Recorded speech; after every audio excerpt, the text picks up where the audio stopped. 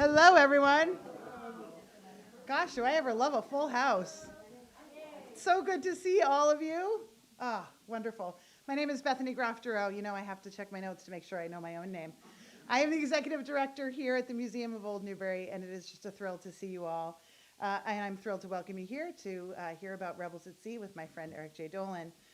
Thank you to all of you for attending this program, but I'd like to especially thank those of you who are members, volunteers, and board members, who of course are volunteers here at the museum. There's a cast of thousands that makes this little museum run. If you're not a member, I would invite you to join us at newburyhistory.org.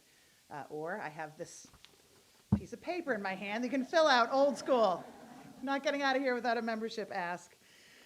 We would like to especially thank Bridge Street Scholarship, the Bridge Street, it's going to be a hard one, the Bridge Street Sponsorship Fund of the Mass Humanities for allowing this event to be free for all of you, and also for encouraging us to also live stream it, which is being done by the Greater Newburyport Community Media Hub. So thank you to Mass Humanities, thank you to Community Media for their help with this event. So before we begin, I'd like to let you know about a couple of upcoming events here at the museum. First and foremost, we are open for tours for the first time since 2019, and docents are eagerly awaiting your arrival from 11 to 5, Thursday through Sunday, until the middle of October. And I can't tell you how many times I have run into a friend in this town, and I tell them where I'm working, and they say, "Oh, I've lived around the corner my whole life, and I've never been in the museum." You have no excuse. We are here 4 days a week waiting for you to come. You can even sign up for a tour online and reserve your spot, so you'll know you have a spot. So please do come take a tour. On Saturday from 2 to 4, we have a program called Midsummer Magic, Creating Swedish Folk Art in the Garden, which is a painting event with a Swedish artist. On Sunday, July 3rd, we are, again, thanks to Mass Humanities, presenting Reading Frederick Douglass Together, which we will be doing. We'll be reading a Frederick Douglass speech actually in Brown Square near the statue of Garrison. So please join us there. It's from 10 to 11. It should be a really, in previous years, it's been a really powerful event. We also have cemetery and walking tours coming up over the next month. And hot off the presses, this is an event I am so excited about. Cecilia Bow and Margaret Cushing, a Cape Ann sojourn, is a full-day field trip. We're going to try to do one big field trip once a year that, has me pressing all of my colleagues into service.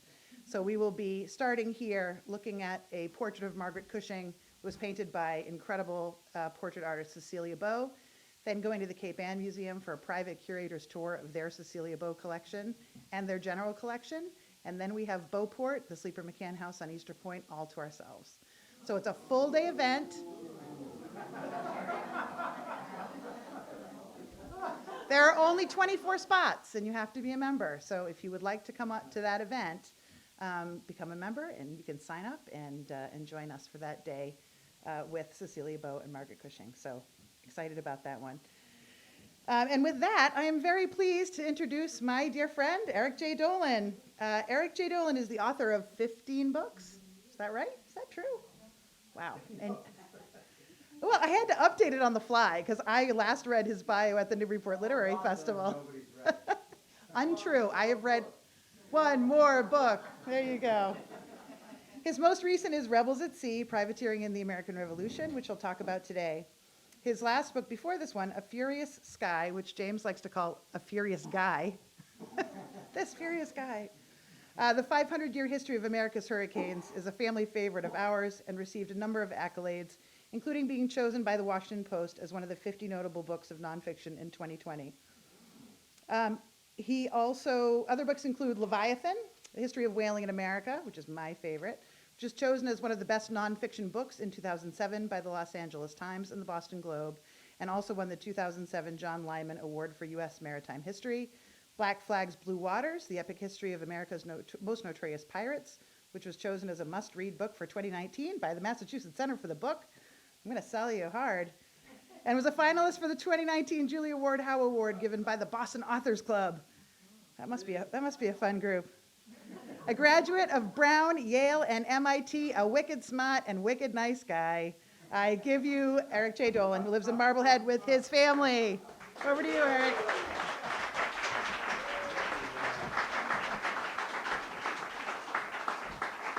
Uh, Thank you very much for that introduction. And I have to tell you all, if you don't know Bethany, you are missing something. She is amazing. You are so lucky to have her as an executive director. Not only is she a shining personality, just bubbly, outgoing, bubbly maybe is a word you don't like, but anyway, bubbly, outgoing, but she knows an incredible amount about history and she's passionate about what she does. And I'm very jealous because I think she's a much better writer than I am. She's really, really good. And she didn't tell you, and I'll tell you, that each one of you gets to take something home from the museum tonight. No? No? No? No, wait a second. You sure? Okay. No. Okay. Can you you said you're going to turn down the lights a little bit. But anyway, thank you very much for coming. I love Newburyport. I've been up here dozens of times. We live in Marblehead.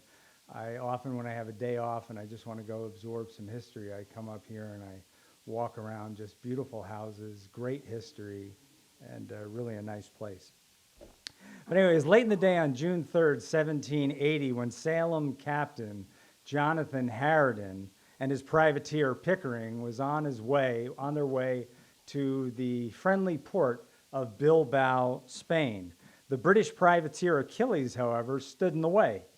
Nobody would have faulted Harridan had he fled in the face of a superior foe. While the Pickering had a crew of 38 and 16 cannons, the Achilles bristled with 135 men and 43 cannons, most of which were larger than Pickering's 6-pounders. It was hardly a fair fight, but that's not how Harridan saw it. He relished the chance to confront the enemy and strike a blow for American independence. Turning to the British prisoner who had informed him of the Achilles' might, he said, "I shan't run from her."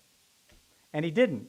As the Achilles began its advance, Harridan told his men that though the Achilles appeared to be superior to them in force, he had no doubt that they should beat her off if they were firm and steady and did not throw away their fire. Meanwhile, in Bilbao, word quickly spread that there was about to be a major battle offshore between the Americans and the British, and about 1,000 people came to the beach to watch the spectacle. Booming broadsides and muskets filled the air. One of Harridan's crew said that while shot flew around him, Harridan was as calm and steady as amidst a shower of snowflakes. The battle raged for more than 2 hours. Then Harridan ordered his men to fill the cannons with bar shot, which is basically 2 cannonballs connected by an iron bar. And once that comes out of the muzzle of a cannon, it starts spinning wildly, destroying rigging, sails, and occasionally masts, as well as sometimes taking people's heads off. Now, these projectiles had a devastating impact on the Achilles. And having had enough, the Achilles turned tail and fled with the rebel commander close behind. But the Achilles was too fast despite its injuries, and Harridan soon spun about to reclaim the Golden Eagle, which was a British ship that earlier the Achilles had taken from Harridan, and now he got her back. All told, one of Pickering's men was killed, his head sheared off by a cannonball, and 8 were wounded. How many people were wounded or died on the British ship is unknown. And I want to tell you a little bit about this plaque. This is the top third of a large plaque that was placed in Salem in 1909 by the Sons of the American Revolution. I read about it while working on the book. And the book that I read said that it was on the side of a house right near the Witch Museum in Salem. So I hopped on my bike, I rode to Salem, and I looked at every single house in that intersection, and I couldn't find it. So I called a local historian, and I said, "What happened to the plaque?" And she started laughing. She goes, "Well, it's inside of the Korean restaurant, the barbecue restaurant, the Bon Shan, right next to Jerry's Army Navy."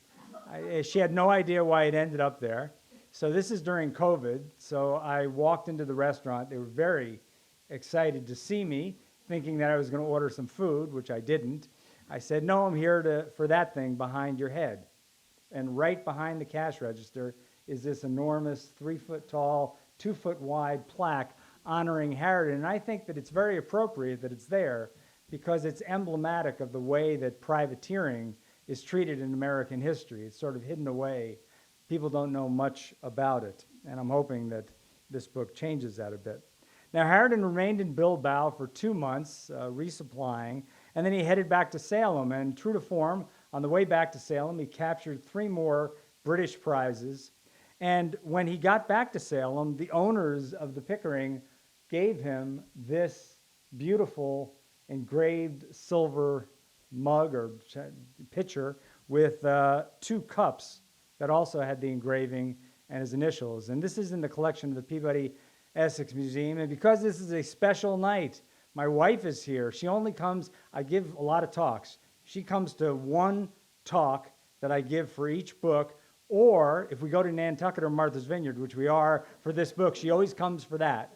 And she comes to that. So she's sitting here, and the reason I mention that, Jen and I got married in the Peabody Essex Museum. We were the first wedding there back in 1995 or 4? I'm driving home alone. What was it? It was one of those years. Anyway, we were married at East India Hall. So I have a great relationship with, I have a better relationship with the Peabody Essex right now than I do with my wife. So anyway, during his tenure in the Massachusetts Navy and as a privateer, Harridan took many prizes, captured hundreds of cannons, and at least as many British prisoners. He died of tuberculosis at the age of 59 in 1803, and his obituary in the Salem Gazette lauded him as one of the most able and valiant naval commanders that the war produced. Now, the Pickering was one of nearly 2,000 privateers, the vessels during the American Revolution, and Harridan was one of probably between 20 and 30,000 privateersmen who were active during the war. Privateers were armed vessels owned and outfitted by private individuals that had government permission to attack enemy ships during times of war. That permission came in the form of a letter of marque, a formal legal document that gave the bearer the right to seize belligerent vessels and bring them back to port, have them adjudicated in a court of vice admiralty, determined whether or not they were a valid or legal prize, and then the owners got to sell the ship and the cargo, and 50% of the proceeds went to the owners of and the investors in the ship, and the other 50% went to the people who were on board the vessel and the ones who fought. Now, despite the contributions made by Harridan and many other privateersmen, many believe that privateering was a sideshow in the war. Privateering has long been given short shrift in histories of the conflict, both general histories and maritime histories. Rebels at Sea fills the void by offering a comprehensive account of privateering that demonstrates that it was critical to winning the war, and that's what actually got me interested in writing the book. American privateersmen took the maritime fight to the British and made them bleed in countless daring actions against British merchant ships and not a few warships. Privateers caused British maritime insurance rates to rise, diverted critical British resources to protecting their vessels and to attacking American privateers, added to British weariness over the war, and played a starring role in bringing France into the war on the side of the Americans, which was a critical turning point in the conflict. On the domestic front, privateering brought much-needed goods and military supplies into the new nation, provided cash infusions for the war effort, boosted coastal economies, including Newbury ports, through the building, outfitting, and manning of privateers, and bolstered America's confidence that it might actually win in its quixotic effort to beat the most powerful nation in the world. Thousands of books have approached the revolution from virtually every direction. Rebels at Sea places privateersmen, most of whom were not particularly well known or famous, at the very center of the war effort. It demonstrates that when the United States was a tenuous idea, they stepped forward and risked their lives to help make it a reality.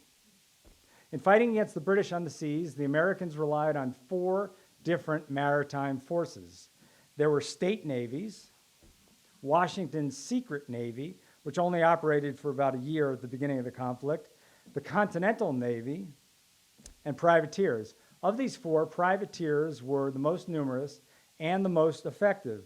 They captured somewhere in the neighborhood of 1,600 to 1,800 British prizes worth many millions of pounds. Massachusetts, of course, we're always the first in doing a lot of things. We were the first to have a privateering law. It was passed on November 1st of 1775, and the importance of the Massachusetts Privateering Act in unleashing privateering in the colonies became even clearer in hindsight. Some 40 years later, John Adams would write that the passage of the Massachusetts Act is one of the most important documents in history. The Declaration of Independence is a trifle in comparison to it. Through early 1776, perhaps a dozen Massachusetts privateers went out. Among them was the Washington, a schooner out of Newburyport, captained by Often Boardman, shown here, who is Bethany's secret boyfriend. She loves this guy. Yeah, James is he's okay with this. No beard. This picture is from the Worcester Art Museum. They don't have it on exhibit, but I was able to find it there. Anyway, he's a fascinating character, and as Bethany can tell you ad nauseum, he had a fascinating career before the Revolution and after the Revolution. But anyway, the reason I'm talking about him is the Washington was one of the first privateers to go out, and it left in late December, and it had a very dull cruise off of Newburyport and out of the Merrimack River until about January 15th. Things got a little exciting. Just a few miles from central Newburyport, there was a short chase. They saw a vessel, and this British brig, Suki, was captured by Boardman and his men without firing a shot. In this picture, it's interesting. You probably know that Franklin Delano Roosevelt was the Secretary of the Navy, and he was really big on maritime issues. This was in his personal collection, this little painting. I was able to find that. I just thought that was neat. So the Washington brought the Suki in, and later that day, Boardman wasn't done. They saw another vessel right off the mouth of the river, tacking back and forth. The people in town surmised that they were looking for a pilot, or maybe they were looking for Boston. So Boardman got into the 3 whaleboats with 17 men and went out to offer their assistance. So he pulls up to the vessel, and the captain, now I can't, spacing on his name, the captain yells down, "Where are we? Are we near Boston? I'm looking for Boston." And Boardman, smart guy, says, "Oh yeah, Boston. You're looking for a pilot. This is Boston. I could bring you in." Archibald Bowie. That's it on the Friendship. That's right, Archibald Bowie. I just write these books. I don't remember anything. You would be surprised how often this happens. I've written a number of books, and people will ask me about a book I wrote 10 years ago, and they'll say, "Can you tell me more about X, Y, and Z?" And I'll say, "I don't know anything about X, Y, and Z." And they say, "You wrote about it in your book." So that's what happens when you get older. So anyway, so Archibald Bowie welcomes Boardman onto the ship. They start talking about events in London and in the colonies. And all the while, this guy Bowie was not too smart. All the while, why would he have 17 men and 3 whaleboats? Anyway, a couple of the men come up the gangplank, and they have weapons underneath their trench coats. I don't know if we don't call them trench coats back then. Their coats, they're close. Anyway, they had weapons. So when Boardman decided that there were enough people on, the jig is up. He told Bowie, "Your ship is mine." They unveiled their weapons, and the ship was his. It came into port. Oh, I forgot to tell you, the Suki, the reason the Suki was a good capture is there were 18,000 pounds of the quote-unquote best beef. And if you know anything about maritime history, any beef that was on a ship at this time was horrible. But this was the best of the worst. And there were 18,000 pounds of butter, and there were 700 gallons of claret. And in the Friendship, there were 160,000 pounds of coal, and a whole 23 wild hogs, plus a British military officer and British military papers, all of which was delivered to George Washington in Cambridge and our troops. So often Boardman, and again, the story is amazing. How many times did he go to prison during the war? 4 times? 3 times? He escaped. Just a great guy. Beth, he was what? He deserves you, yeah. He has good taste. Okay. Anyway, Anyway, New Hampshire and Rhode Island soon followed Massachusetts in the privateering vein in early 1776, passing their own statutes. At the same time, pressure was growing for the Continental Congress to make privateering a colony-wide endeavor. And they did so on March 23rd of 1776, passed the regulations a few weeks later. And in his letter to the colonies announcing the law and the regulations, John Hancock, the president of the Continental Congress, said, "It is necessary in conducting the warlike operations on the part of America to meet our enemy on every ground and to defend ourselves in the best manner we can against all attempts in whatever shape to deprive us of either liberty or property." Privateers were to be a major part of the colonial war effort. Now, with their capital tied up at the docks, merchant owners, jumped or leapt at the opportunity to send out privateers, because not only could they gainfully employ, hopefully, their ships, but if they came back with prizes, they would make some money selling the ships and selling the cargo. Elias Haskett Derby, he comes up so often. I've written about him a number of times, because if you're writing about the American Revolution or shortly thereafter, the China trade, he was a big player in all of that stuff. And reportedly, the first millionaire in the United States, although I think John Jacob Astor and Stephen Girard might have been right there with him. Anyway, many men invested in privateers. There was a speculative frenzy. It was like investing in Bitcoin throughout the colonies, and everybody wanted to get a piece of these privateers that might come back with some valuable prizes. Among the more illustrious speculators was George Washington. He invested appropriately enough in a privateer called the General Washington, and also Generals Knox and Nathaniel Greene, as well as Paul Revere, also invested in privateers. Now, privateer captains would usually be hired directly and offered the largest number of shares by the owner. This guy, Elias Davis Sr., if you go on that event that Bethany talked about and go to the Cape Ann Museum, if you're lucky enough, right next to the Cape Ann Museum, attached to it, is Elias Davis's house.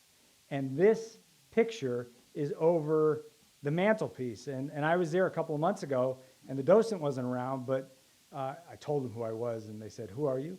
And I said, "You sell my books, they're right there." So they gave me a nice tour. So I got to see this. But he was the last person in the United States, or in the colonies, whatever you want to call them, that got a letter of marque in 1783. And he went on to become quite famous or successful after the war.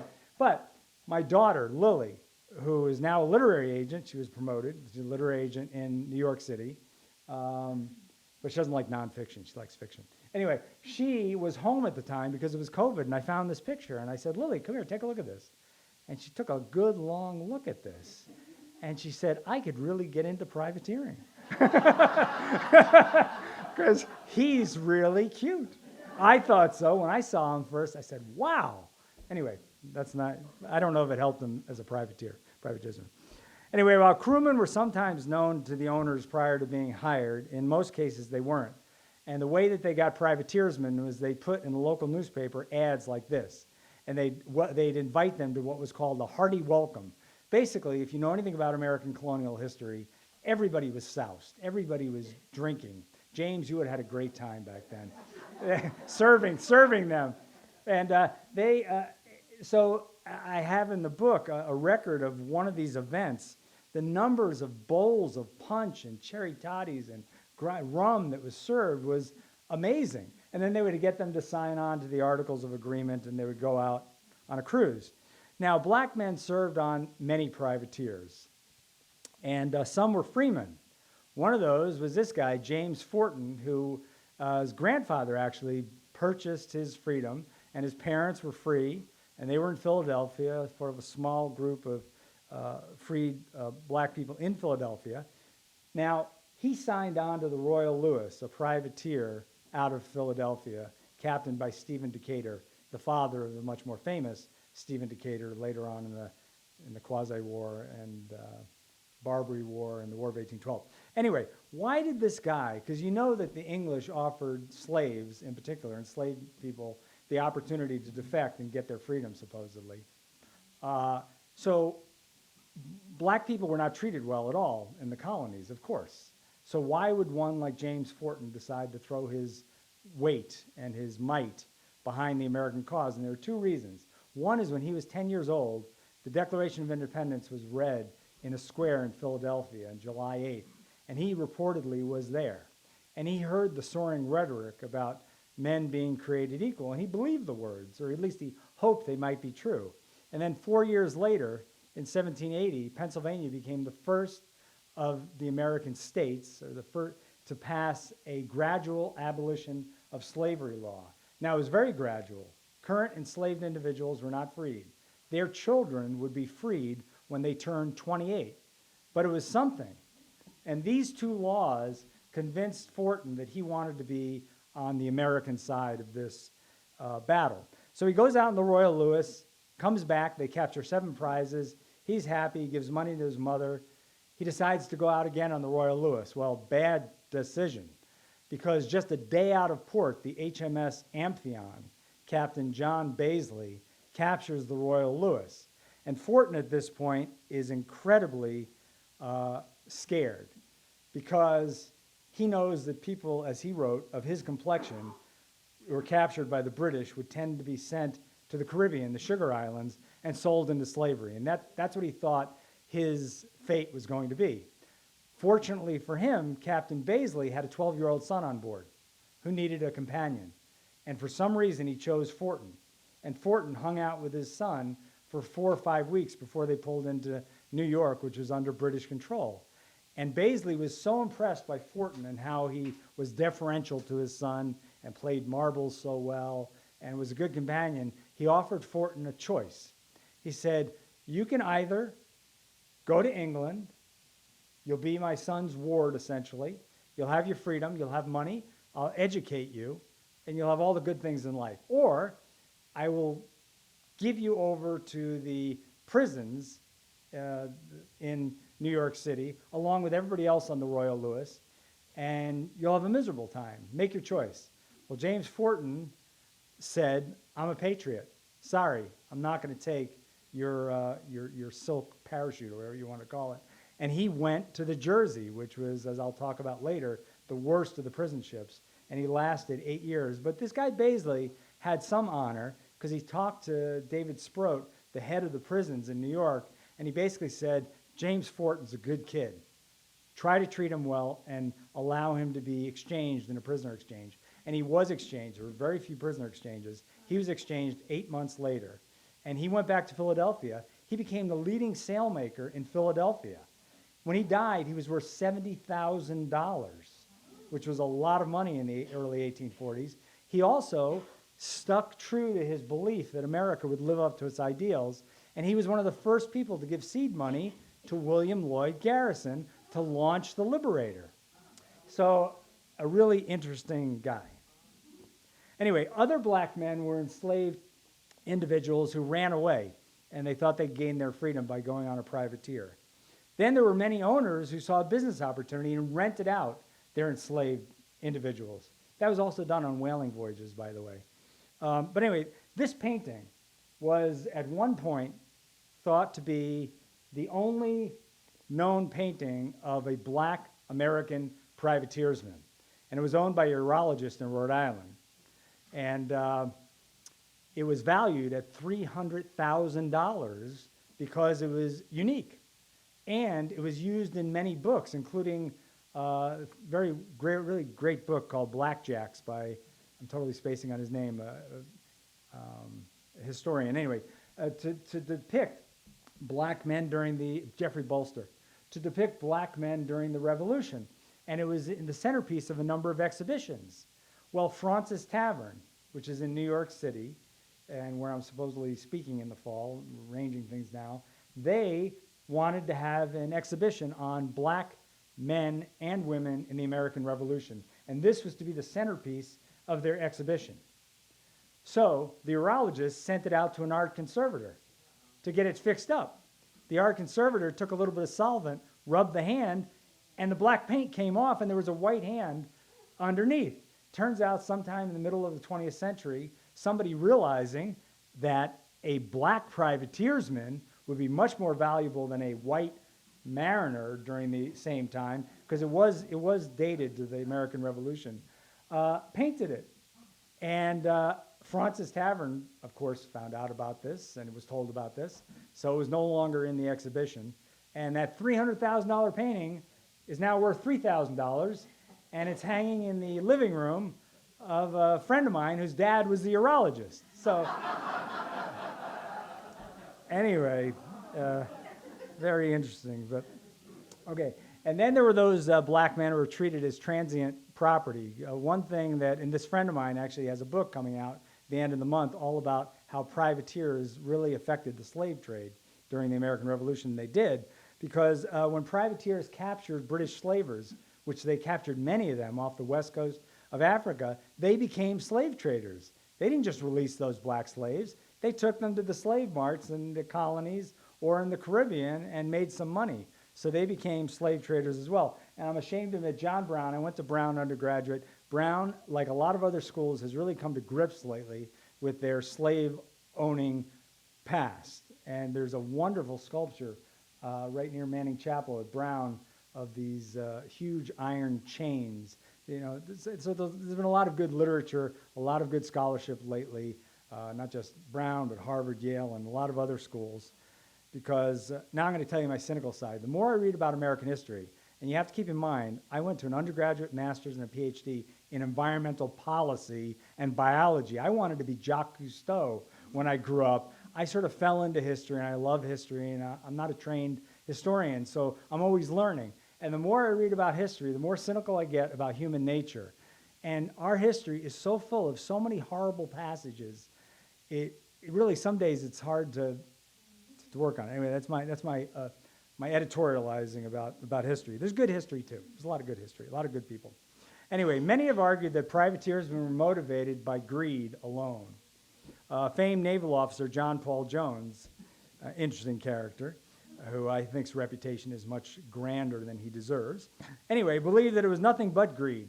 Early on in the war, he complained that the common class of mankind are actuated by no nobler principle than that of self-interest. This and this alone determines all adventures in privateers. A less cynical assessment views privateerism as being motivated by a combination of greed or profits and patriotism. And I think that is closer to the truth. Now, part of the reason privateering was scorned, that many believed that the practice undermined the Republican ideals of the Revolution, which called for the sacrifice of private interests in the service of the public good.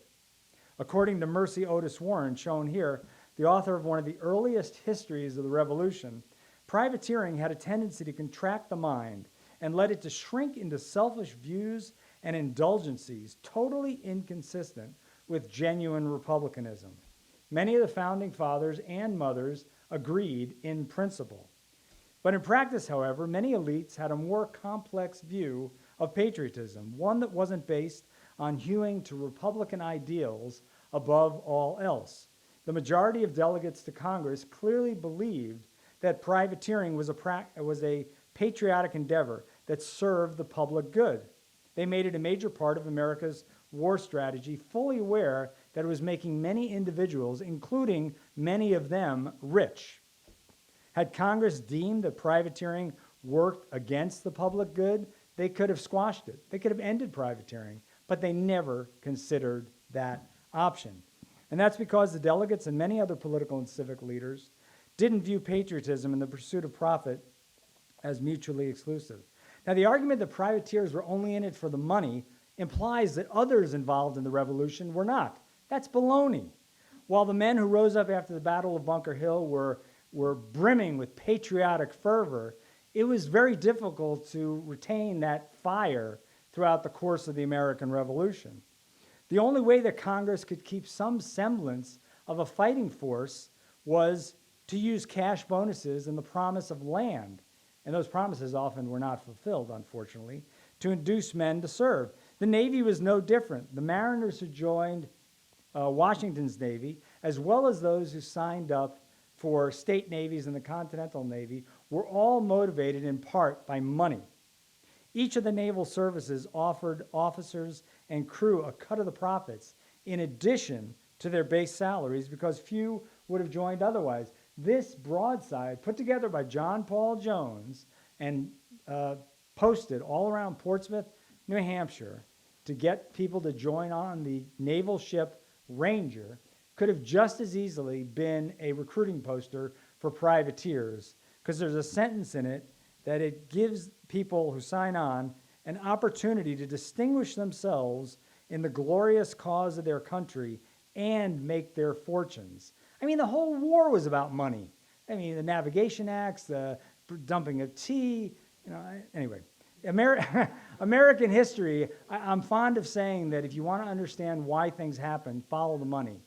And I really think that's true in particular in American history. Whose ox is gored, who's making money, who's not. And it's so strange that people want to idealize our founding fathers as being pure Republicans when they were just like the rest of us. Anyway, George Washington, that paragon of Republican virtue, he understood the mixed motivations of men all too well. In 1778, he wrote, "Men may speculate as they will. They may talk of patriotism, but whoever builds upon it as a sufficient basis for conducting a long and bloody war will find themselves deceived in the end. A great and lasting war can never be supported on this principle alone. It must be aided by a prospect of interest or some reward." And I have to add, since George is up here, I have a short part of the book which talks about George Washington's dentist who made him those horrible teeth, who was also a privateersman. And my editor, when he read that section, he said, "You ought to cut this out." And I said, "Absolutely not. I paid the Mount Vernon Ladies Association $200 to use a picture of his dentures, and that thing is staying in the book." And I have gotten more comments on that section than almost any other section of the book. So don't listen to editors, anyway. Now, who knows how many privateer owners and privateersmen were moved by patriotic impulses, but it clearly, in my mind, was in line with levels of patriotism that were prevalent in society at large. As privateersman and soldier Christopher Prince said, looking back on his revolutionary career, "Through the whole course of the war, I have had two motives in view. One was the freedom of my country, and the other was the luxuries of life." Now, privateers experienced many triumphs and tragedies. The Pennsylvania brig Holker, which is not this is the Fair American, but Holker looked like this a little bit bigger, brought in 71 prizes over 4 years with 11 captains. In one cruise, it captured 10 prizes that were sold in port for £2 million. Here's one of your own. Everybody know who this guy is. Nathaniel Tracy, Newburyport merchant Nathaniel Tracy was the principal owner in 47 privateers, which captured 120 British ships, the cargoes of which sold for nearly $4 million. He also contributed $167,000 to the Army and public purposes. Now, the one thing I don't talk about in the book, because it sort of goes against my argument of a lot of people getting rich, is for some reason this guy made all that money. He was poverty-stricken not long after the war. I don't know exactly what happened, but he was a bad manager of money maybe, or just fell on bad times. Now, one of the worst tragedies to befall privateers was something called the Penobscot Expedition.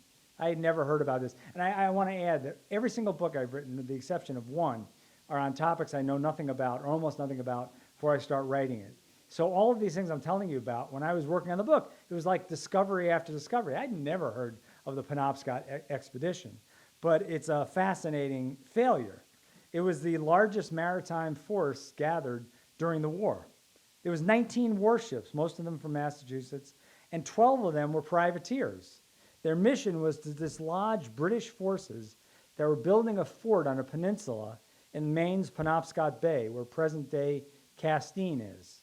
The expedition sailed from Boston on July 19, 1779.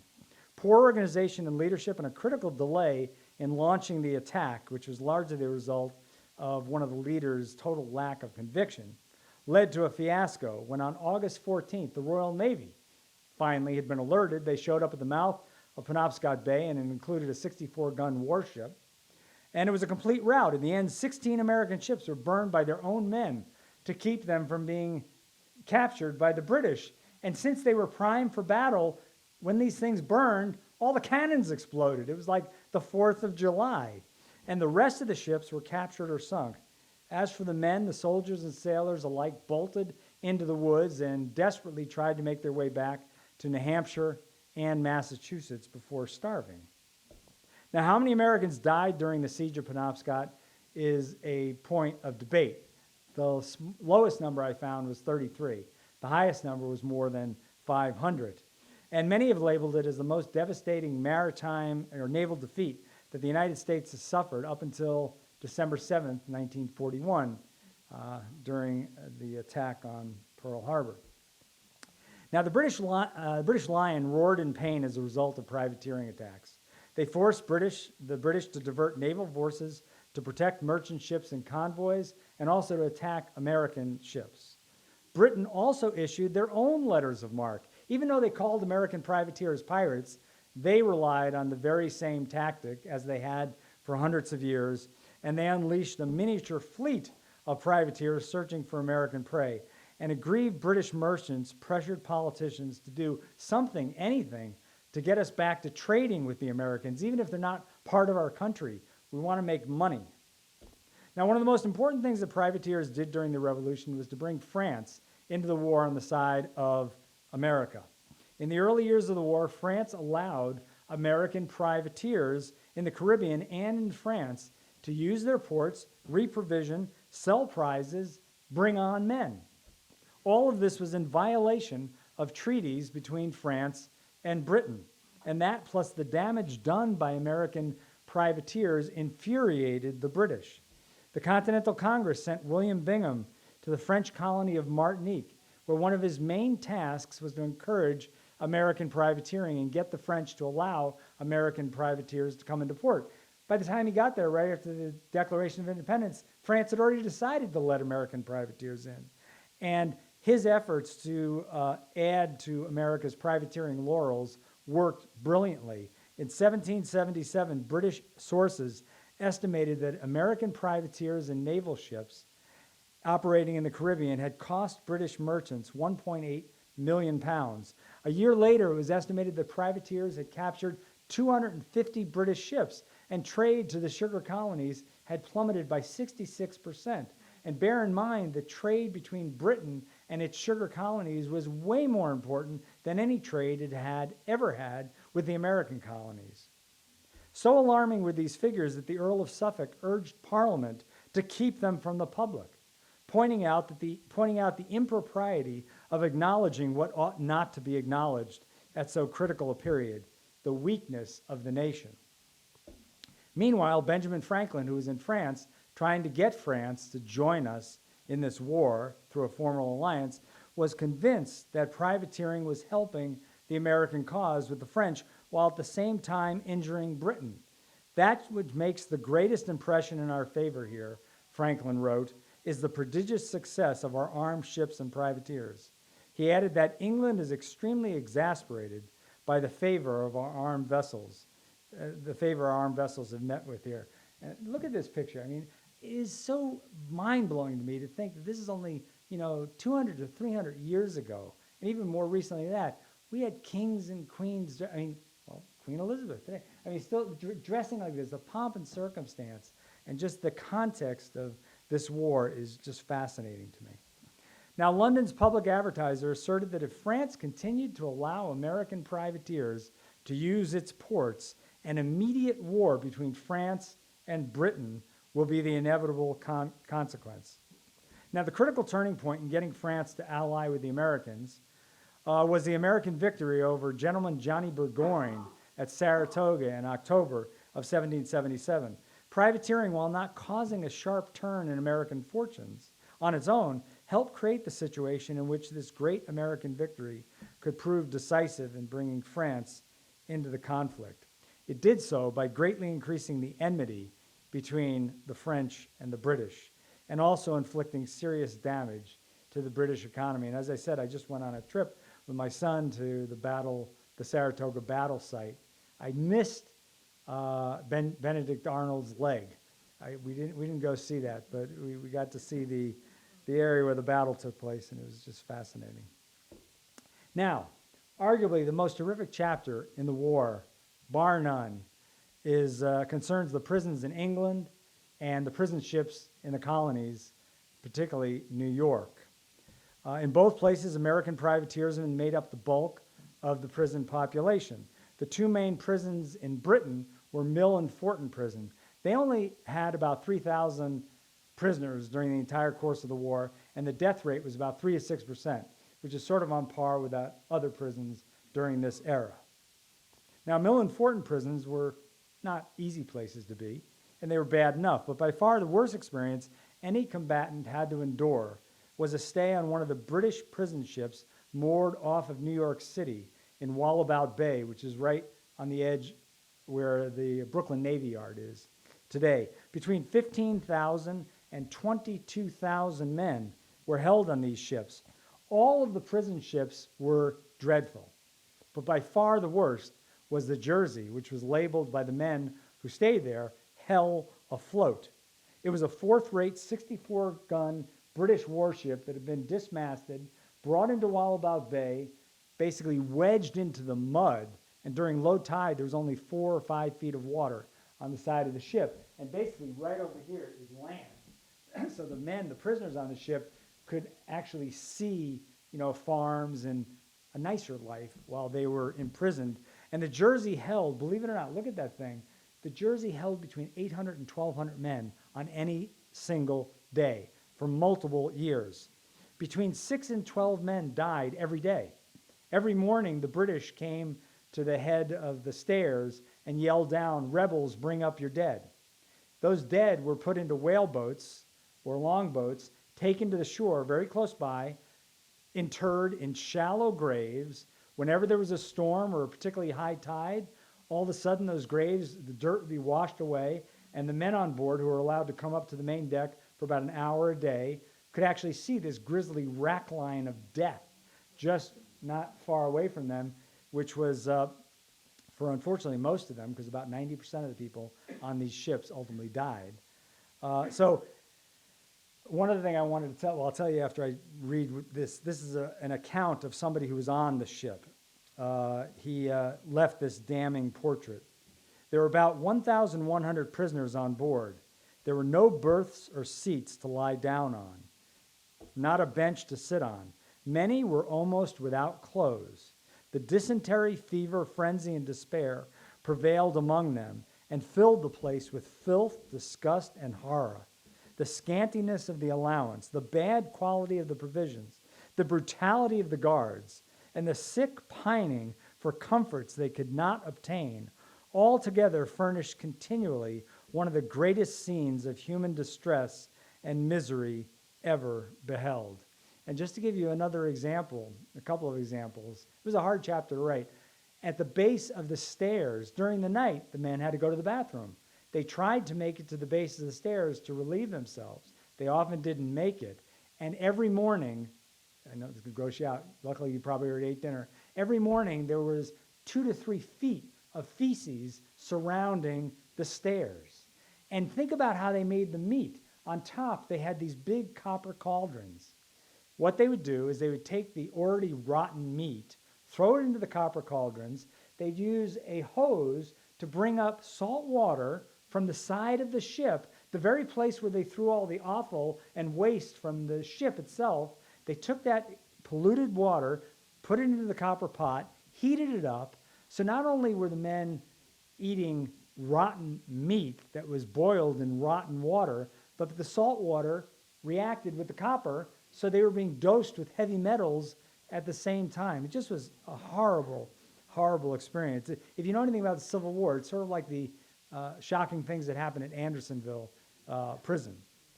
Anyway, the number of deaths on the Jersey alone is shocking. The best estimate points to it being about 11,500 men, most of them privateersmen. By comparison, in the entire war, somewhere between 4,400 and 6,800 Americans died in the direct line of battle. And if you ever go to New York, I wish I could remember which island it's on because I haven't visited it yet, but there is a monument to these people who died on the Jersey and other ships. It looks sort of like a Washington monument, and they actually have a crypt at the base of it with a number of the bones from the men who couldn't be identified, but so they're there. Now, one of the biggest criticisms of privateers is that they siphoned valuable manpower from the Continental Navy, and that is absolutely true. A lot of men decided to join privateers instead of going on a naval vessel because there was a possibility of greater profits and there was less discipline and shorter cruises. Now, that doesn't mean that had there been no privateers that suddenly the Continental Navy would have been turned into a fearsome fighting machine. There were roughly 60 Continental Navy warships during the entire war operating in the Atlantic. Building and assembling a navy from scratch would be a gargantuan task for a well-functioning, well-funded government. The Continental Congress was anything but. If you know the 13 colonies, they were like 13 individual countries. There was no opportunity to levy taxes. So the Continental Congress faced an almost insurmountable challenge in pulling together this navy fast. The cost of fielding the Navy was between $12 and $13 million, or 16% of all the expenditures of Congress throughout the entire war.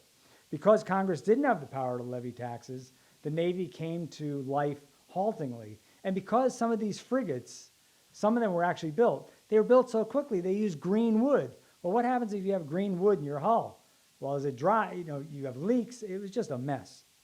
So the Continental Navy's record in battle is not an enviable one.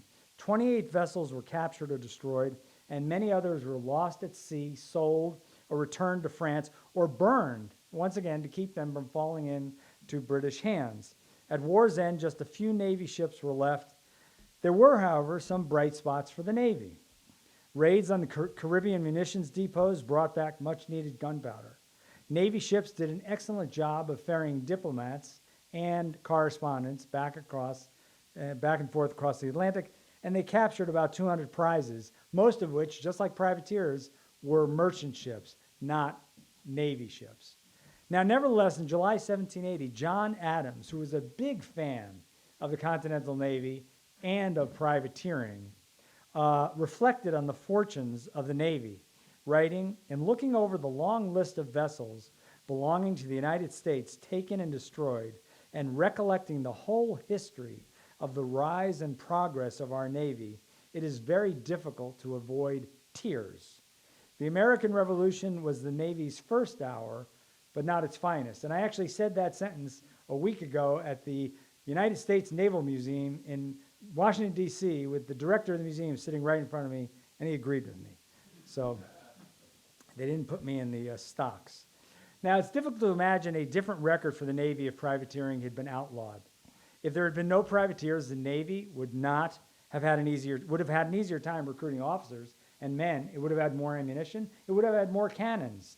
But the absence of privateers would not have meant a larger and significantly more effective Navy. Congress would not have suddenly come up with more money to develop a bigger fighting force. Indeed, given the great strain Congress was under in funding a Navy of roughly 60 ships, it is virtually impossible to see how America could have fielded a larger Navy even if it had wanted to. And it is this light that the value of privateering becomes most evident. While many would have preferred that Americans send forth a powerful Navy, that was not possible under the circumstances. In the absence of such a force, America relied heavily on privateers. Under the circumstances, that was the best strategy available, no matter what the critics said. We're almost done. On the home front, privateers contributed materially to the American economy. Shipyards hummed with activity, and merchants were kept busy outfitting privateers. Privateering was a great economic boon for coastal cities and towns, keeping many businesses afloat during the war and creating new ones as well as new fortunes. And the money that privateersmen earned helped them provide for their families and thereby gave an additional jolt to local economies. And although I don't like engaging in hypotheticals, what ifs, just like I don't like looking back at history and assuming that everything that happened was inevitable, far from that, I do want you to think for a second, if there hadn't been privateering, if all those thousands of people in Newburyport, in Boston, in Philadelphia, in other places up and down the coast, didn't have a way of trying to earn a living, if all the money that came into these ports from privateering was not there. Do you think the ports, which were the center of political power in the colonies, would have hung on that long to support this war against the British, which for many years in the beginning, in particular when privateers were most important, was going horribly? I think it's a good question. I don't think so. Now anyway, goods brought in by privateers were central to privateering's economic impact as well. With regular trades of Channel cut off, the American states suffered from shortages. Each prize auction delivered a new stream of commodities. Now sometimes you got too many potatoes or too many hogs. You never got too much rum, but it was sort of uneven, but it still helped the Americans. And in August of 1779, a thankful Pennsylvanian told Congress that privateers have rendered us the most essential services and brought us many articles for public and private use, without which the war could hardly have been supported. Privateering also had a psychological impact. There were 30 newspapers in the colonies at this time. There were thousands of articles on privateering. A lot of them were negative, but I think more were positive. And what that did is it gave people some confidence, especially in the early years when so much was going wrong, some confidence, some glimmer of hope that we might actually prevail. Now, the formal end of the war came on September 3rd, 1783, when the Treaty of Paris was signed. Surviving privateers that had been merchantmen before the war now reverted to form, while those vessels built for privateering were refitted as merchantmen. These ships now played their part in transporting American wares to distant ports, proudly flying the new nation's flag. The men who owned and financed privateers, as well as those who had chosen to fight for their country on the decks of these vessels, looked back on their accomplishments with pride and wondered, as did all Americans, what the future would bring for themselves and their new country. And just to end, my argument is not that privateering was the most important reason why we won. There is no single important reason, not even George Washington's leadership. If you look at the American Revolution and you're honest with yourself, you will see that at numerous times, inflection points, if troops had shown up a day later, a day earlier, if one different decision had been made, the war might have ended differently. And I happen to believe very strongly that if the British hadn't been so arrogant at the outset of the war and viewed us as just a rabble in arms, they would have made quick work of the colonies within the first year or two.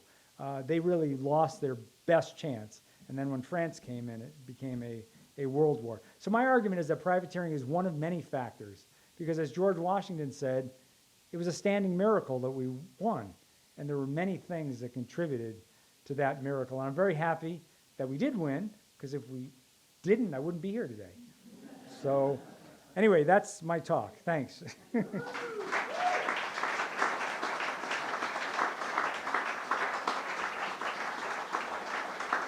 So I'll answer any questions, and I have to say I did bring books to sell and sign. I'll sign them however you want. One of the funniest things I signed was a guy came up to me for my pirate book, I think, and he said, I want you to write, "Without you, I couldn't have written this book."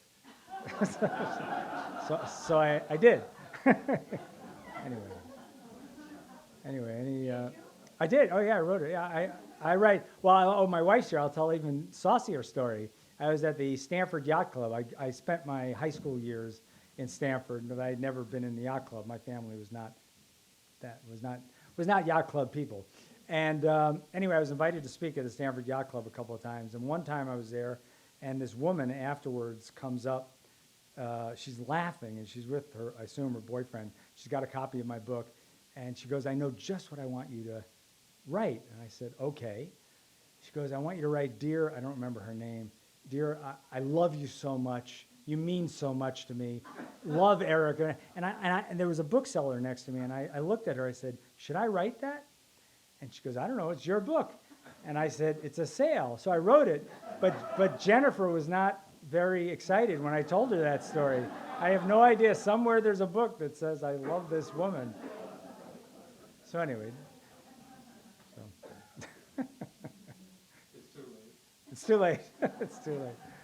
It's not the worst thing I've done in my life. So any questions? Or yeah. Oh, go ahead, yeah. Would it be fair to characterize privateering as kind of a form of outsourcing, like what's happening with NASA and Jeff Bezos and That's interesting. I don't view it quite like that. I mean, you can. A lot of people, there's a big section of my book where people view privateering as legalized piracy. And I argue that it's not during the Revolution. And the reason it is because privateering in the 1600s, 1500s, and early 1700s was very often just piracy. They just had letters of marque and they were going out and they were attacking ships that their country was not at war with. So privateering had a bad name, and that's why a lot of people reflexively think of it as piracy. But you raise an interesting question.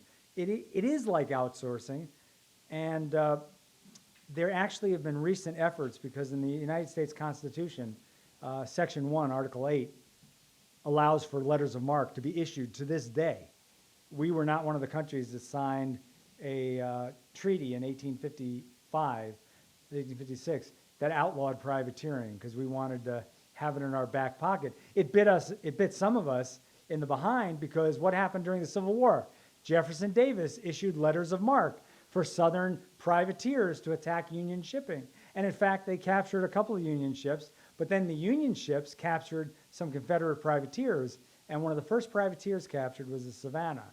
And the men on board the Savannah were brought to New York City. They were put in manacles. They were paraded down Broadway. They were jeered at. Things were thrown at them.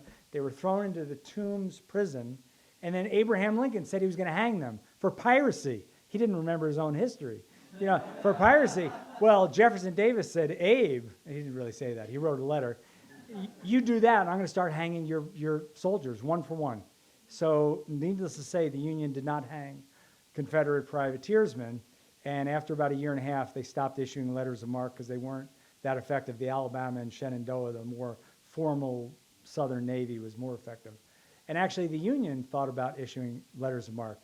But to get to your question, there was a bill introduced just a couple of months ago to resuscitate privateering, because there's a big argument in certain sectors of the military community that we should use privateers, sort of like Blackwater almost. We should use privateers to attack terrorists, or maybe to protect against Somali pirates. Or some people have even recommended using American privateers to attack Chinese merchant shipping because they're our enemies.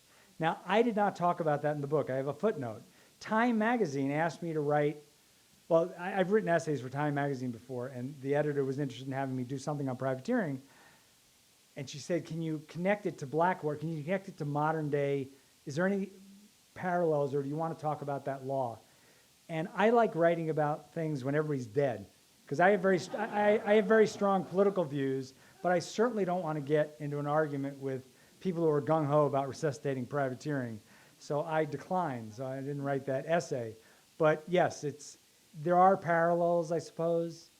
I don't think it's a good idea to resuscitate privateering, mainly because we have a very effective, efficient, and powerful Navy that can be brought to bear if necessary. So anyway, that's that question. Did you have a question? Similar, I was just going to ask whether it was a bolder line or more blended line between piracy and privateering. Well, Touched on that, but well, piracy were men that were not fighting for any in particular country, despite what some books say. Blackbeard and the Pirates of the Caribbean and even the pirates earlier, they were not fighting on behalf of some Jacobite revolution in England. They were fighting for themselves. And some people say that pirates were Robin Hood's men, stealing from the rich to give to the poor. The only poor they wanted to give to was themselves. So they had no allegiance to a larger cause other than themselves. And they were vicious, and they attacked ships of all nations, enemy of all mankind. Privateering during the American Revolution is different because they were fighting for a cause. Yes, they were using the same skills that pirates used to attack ships. But if you use that argument, the Continental Navy were a bunch of pirates, because the Continental Navy acted during the American Revolution almost exactly as American privateers did. The Continental Navy was never intended to go up against British warships. They couldn't handle a 64-gun warship or even a 44-gun frigate. They went out, and they specifically, John Paul Jones included, minus the Serapis, which was a Pyrrhic victory, if anything, they went out after merchant ships. So I do not believe that privateers during the American Revolution were pirates. I can see why some people would say that. And if you look at our own history and you read a really great book, Black Flags, Blue Waters, I've got a big section in it during King William's War at the end of the 1600s. The American colonies issued a bunch of letters of marque because England was at war with France. England issued letters of marque to attack French shipping. In the colonies, in New York, in Rhode Island, other places, North Carolina, the colonial governors issued letters of marque. They extracted 300 pounds per letter of marque. So it was a form of extortion almost. They gave these letters of marque to American vessels with American men on board. They were supposed to go out and attack French ships.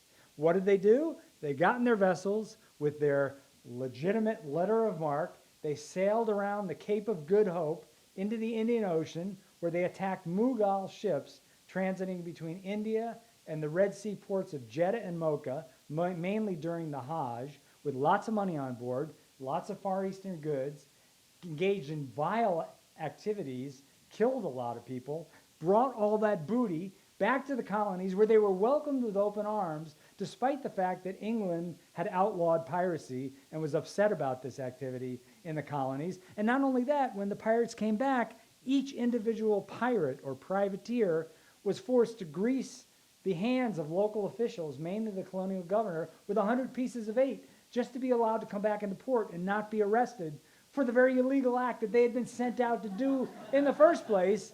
I mean, you know, American history, any history, is full of hypocrisy. And once again, you have to ask where the money's going.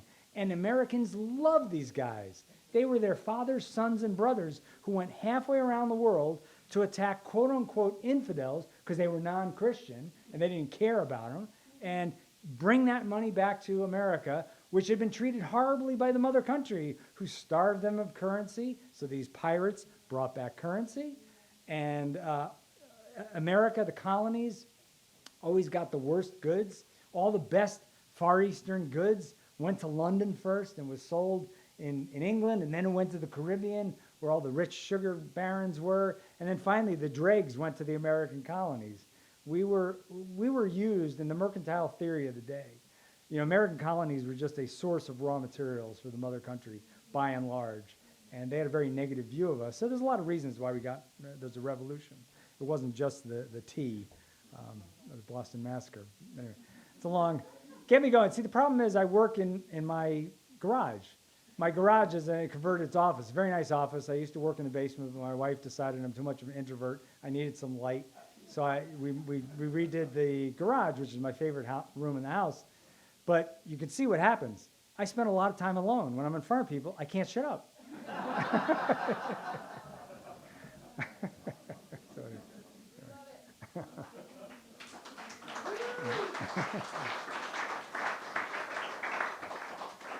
Another question? I thought a percentage of the take from each merchant ship by a privateer had to go to the continental government. Is that Nope. true? That's not true. A percentage of the take of any naval, continental Navy ship, of roughly a half or a third, depending on the type of ship they attacked, went to the Continental Congress. The rest of it was split between the men on board, the Marines or the sailors. But the reason that privateers offered an opportunity to make more money is because Navy ships had to protect ports. They couldn't just go where the prey was. They had diplomatic dispatches. There was more rigorous discipline. Privateers went on shorter, quicker cruises. They could accumulate more prizes. They were much more focused on the profit side of it than the Continental Navy was. But the Continental Navy, the men that were on those ships, they made money. I mean, the British Navy, the Lords of the Ocean, the British Navy, they even gave their mariners and their sailors more money than our Continental Navy did. During there are numerous cases in American colonial history where you had British naval ships coming to protect our ports. And while they were there, they engaged in graft and corruption and kickbacks because a lot of the captains of these naval ships viewed it as what's that word that people use all the time? I forget. Sinecure, a sinecure, right? And they viewed it as their little domain, and they were able to, sometimes they actually extorted people, but they made money. It was a way to make money and also advance yourself within society.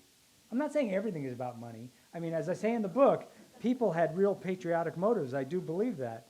But if you take money totally out of the equation, there are very few people who are so pure of heart that they're willing to put their lives on the line just for a principle, I think. Yeah. Oh, sorry. I'll take both of you. Go ahead. Okay, go ahead. Can you talk a little bit about the rules for the American Navy when they took a ship? I know the British Navy at the time, when a captain took a ship, the captain got a portion of the profits. Yes. And sold the ship just as the people tried to privateer. Yeah. Was there a similar rule for the American Navy? Yeah, when an American naval ship brought in a prize, it would go to the Court of Vice Admiralty in the same sort of manner, whether it was a valid prize, because you can only bring in British ships or neutral ships that were carrying ammunition or war materials to the British Navy or the British Army. You couldn't just go out and attack a friendly ship or a neutral ship that was carrying stuff between Holland and, I don't know, some South American country. So there'd be a judgment. And so if it was a valid prize, they would get, Continental Congress would get some, the captain would get a bigger share than the men who were beneath him, but they would all split about roughly half of the money, sort of like privateers. Just a follow-up question. Yeah. Suppose you made a mistake and captured an enemy neutral. Could you be screwed like Yeah. the British captains were?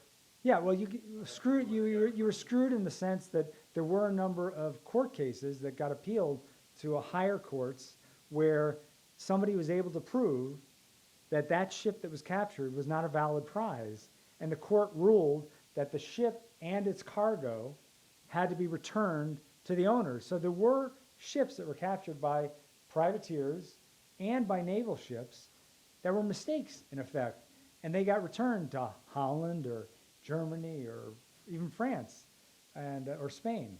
So yes, mistakes were made. I don't think there was any official punishment that the captain got other than losing their payday. So yeah. The privateering, the subject of your speech, the period from it's roughly, approximately, what year to what year? How Oh, long a life did it have? Well, basically the whole course of the American Revolution. It was 1775 to the last letters of marque were issued in 1783. The war was in effect almost over. In fact, there were some privateers from Salem that were out, and the letters of marque were rescinded on a certain date. And they were, the English ship that they captured knew that the war was over, but the American ship had been out for a number of months, didn't know that the war was officially over, captured this very valuable ship, brought it into Salem, and even though it captured it a couple of weeks after the date that the Continental Congress set for the sunsetting of all letters of marque, the court in Salem ruled it was a valid prize, and Elias Haskett Derby got a very valuable payday because it was a very big ship, the Pompey, and unfortunately the captain, the British lost out. So, okay, thanks again.